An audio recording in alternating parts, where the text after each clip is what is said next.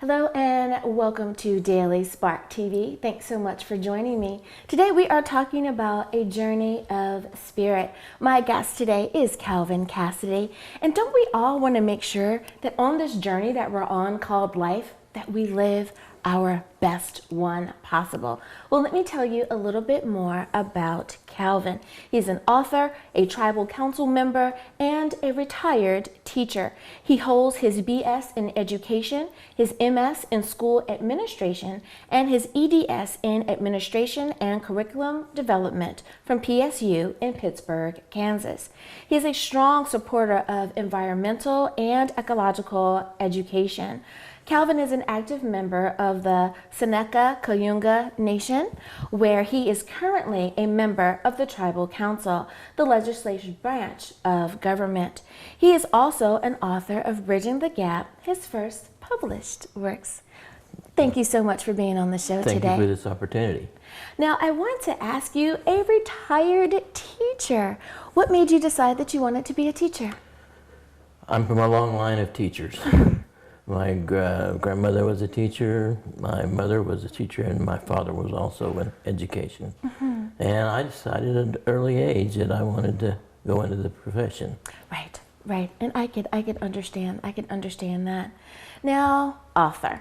Did you think that you were going to be an author as a teenager or as a young adult? Not as a teenager or a young adult, but as I've become older and relating to my experiences, there was a story that had to be told. Yeah. And politics. Did you think that you were going to be involved in government? That's probably something that I looked forward to from being a teenager. But in the world of politics, it seems like you never, you can aspire at any age, but you never really reach that until you're more mature and have more wisdom. Of course. And isn't it interesting how that works, that you really do have to almost have that life experience to be able to give true and wise counsel when it comes to things that affect our lives and our communities? Well, that's so true. I went to a meeting early on into my bid on the council, and they were almost demanding that we have young people step in, and one of the old guys goes, "Well, yeah, but you got to be 60 before you can get elected." Yeah, so a young guy might be, what, 40? That's true. By those means. But it is important that we do bring our youth at various ages of being a youth into the things that we do, and we do need to expose them to the things that make our world work. So I think that is definitely good advice for someone who's thinking about going into government. Now, we're talking about a journey of spirit, this wonderful life that we are called to live from beginning to end. One thing that I have found is that people either believe that there is divine intervention along the way that keeps us, on solid ground, or might even give us a gentle push from time to time. Then there's the other train of thought that our lives are full of simply happenstances, that it's just whatever happens, wake up and just respond that day. Where do you think that you are as far as how do you believe that we function in our day-to-day lives? I believe in the divine intervention, the divine plan, but I didn't always feel that way. It takes years to recognize that. The sooner you do, I think the more enjoyment you'll get out of life. But I believe that we're led, and it's our job to figure that out and to our benefit to follow that plan. Now, for someone who says, I believe that God is involved in our day-to-day as well, I just need to figure out how is he talking to me? How is he giving me my promptings? Because I may pray or I think that I'm living a good life, but sometimes I don't feel that I'm picking up on the signals. How can we become more aware of when God is trying to signal us or move us or simply speak to us? Well, you have to remember that God's speaking to us, but we're also being pulled by the devil in certain cases. And you have to, that's the tough part. Sometimes you may think you're doing the right thing because it's easy or because it's popular or you're just more comfortable. But then you've got to really, do some soul searching and investigation to decide which choice to make, because everything you do is based on choice. So you just have to pay attention and look for the markers, and that's not easy. Yeah. That's really not easy. Do you think that our teenagers and young adults have a harder go at it in recognizing the markers and recognizing the things that God has placed before them? I truly do, and I think it's the society we live in. We don't see the role models that we used to see, and I felt like God gave me the talent and the ability to be a messenger, and I think there needs to be a lot more messengers.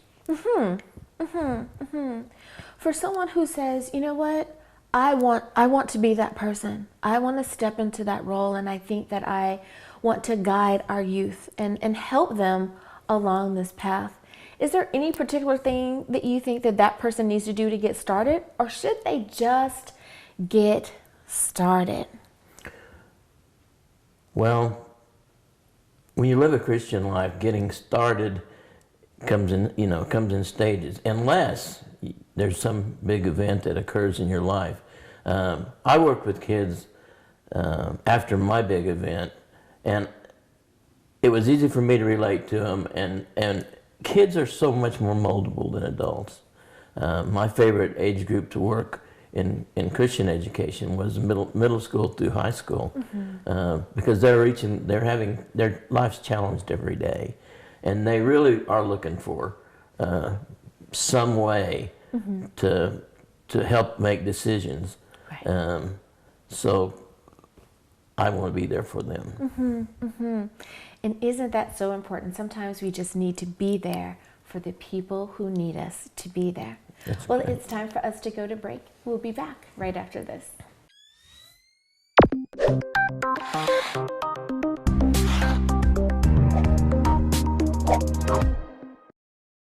Welcome back to Daily Spark TV.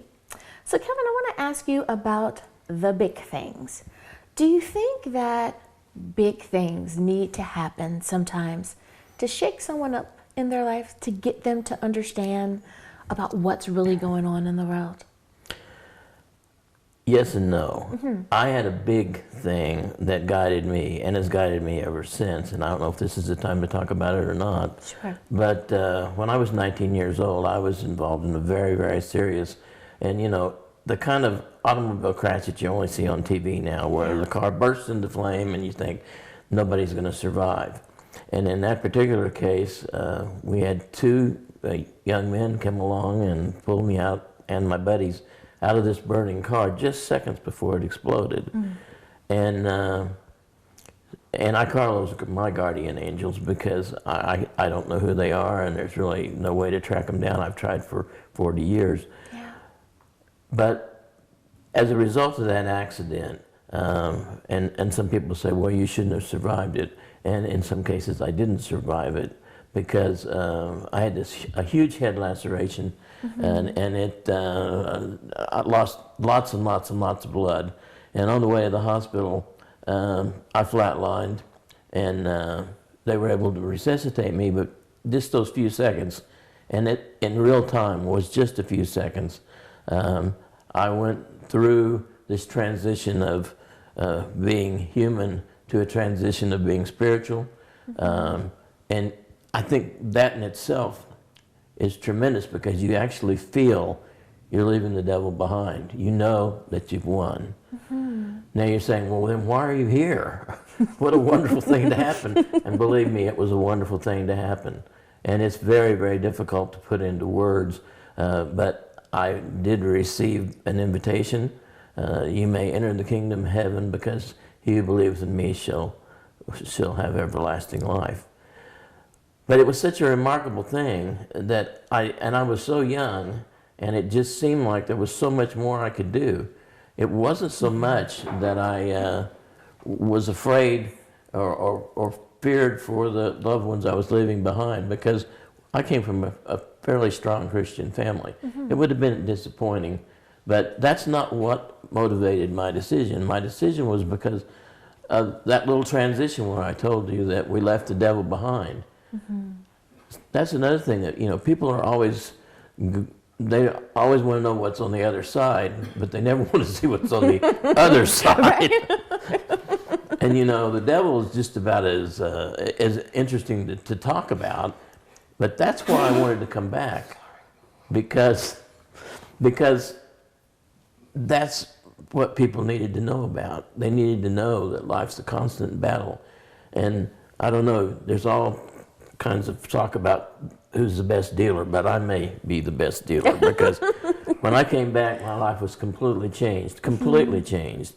And I went right into teaching. My audience became young people, and the rest is history. But that was a big deal, and that did change my life forever. But it also has changed other people's lives forever, because I will work with them to help them develop a belief system, and they too can live a good life. Do you think that people are uncomfortable talking about the spiritual things that happen to them? I think they are in the beginning, but I thought about this a long time, and I think really the uncomfortableness is not so much of what they might say, but what the person receiving the conversation may be thinking.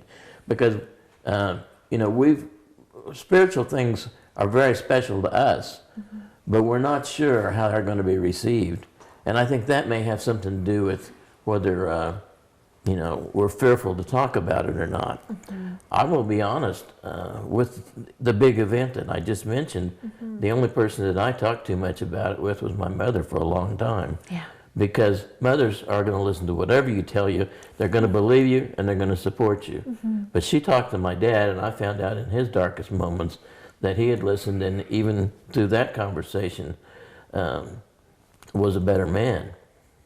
So, wow. Yeah, big events can help, but big events can also set the stage for some smaller events that can change lives just as well as the big one. Absolutely, and that your big event was a small event in that moment, but right. ended up being a very large event for him in the end. How awesome is our God? I think that is just amazing. That simple sentence is a testimony in itself. I love that. Now, when we talk about the things that happen and how we understand who we are in our faith, depending on where you live in the world, you have a certain understanding of what it means to be a person from the north, the south, the east, the west, America, Europe, whatever it is. Do you think that in our identity as far as our ethnicity goes, do you think that that has an effect on how we understand who we are as believers? I think it has some effect.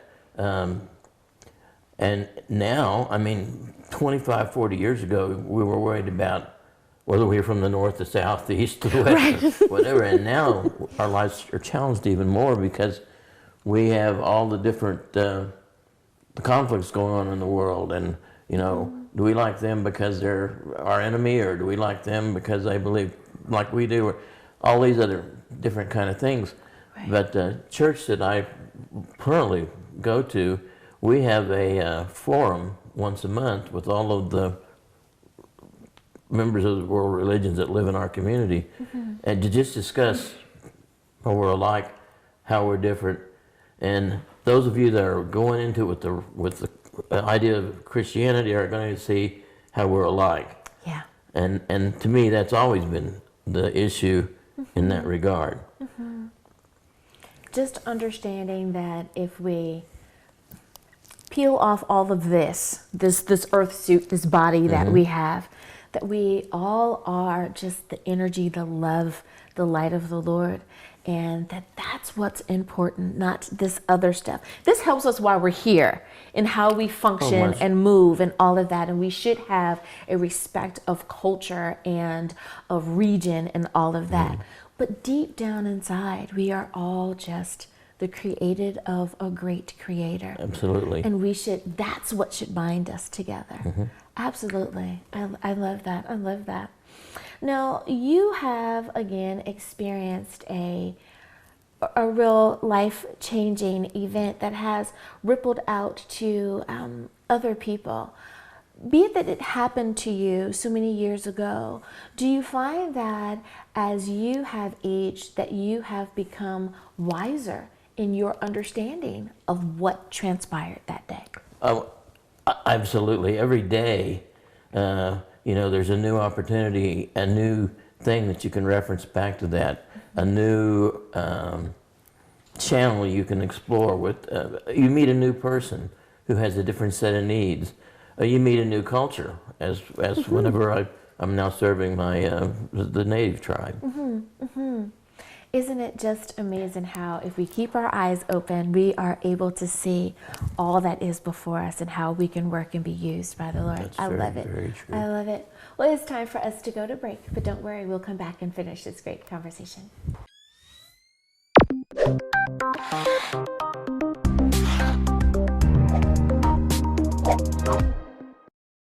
My name is Calvin Cassady. I'm the author of the book Bridging the Gap, A Journey to Heaven and Back. When I was 19 years old, I had a huge experience, and most people would say probably the worst experience of your life. I was involved in a fiery automobile crash that nobody should have walked away from alive. Yet my two buddies and I were pulled from the wreckage by who I refer to as our guardian angels, because I've never been able to track them down, but if they hadn't been there, we would have all completely burned up. That was the basis of this book, and that happened a long time ago. But that happened a long time ago. But the results, the journey and back, is probably the most important part. I now refer to this as the big event because it changed my life forever, and because of that, it's changed a lot of other people's lives forever. The book talks about that event, the recovery from that event, and my life that was to follow, and it was to influence lots and lots of young lives. The second part of the book has to do with being a receiver of God's blessings. There was tornadoes, health problems, things like that. We talk about being good Christians and helping others, but you also have to be able to, when you realize that you're down and out, you've got to let those people in that are out there wanting to help you, and they're always there. If you want to know more about my activities and the activities of the people I served and the big event, you can go to my website, calvincassady.com, and you can find references there. And this has been an experience, and I want to thank you for listening.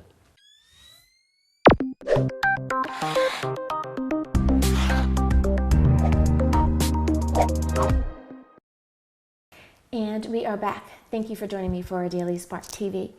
Calvin, you have experienced this miracle, if you will, of having survived such an accident. My question for you is that so many times people are waiting for a life-changing event to happen in order to get to where they need to go. How should we look at these life-changing events? But flip side of the coin, should it really take us a life-changing event to get to where God wants us to be? No, it really shouldn't take a life-changing event. I think people look for excuses, for lack of a better word, to change their life. they may be granted a life-changing experience, but I think, you know, it depends. If you live in a community of faith, people are going to recognize that, and they're going to be there to kind of help you along. When we have trauma in our lives, people recognize that. A lot of times it takes a trauma in our lives, or a surgery, or a relationship breakup, or something like that, to make people, to give God a chance. And I'm just telling it like it is. And they'll tell you, you know, I'm going to pray, and then when things come out right, don't let them forget it. I mean, you know, because if you don't let them, unless you keep reminding them, they will forget it, unless they've truly, significantly had that transition. And but you know, nobody appreciates their conversion more than you do if you're their mentor, if you're their messenger.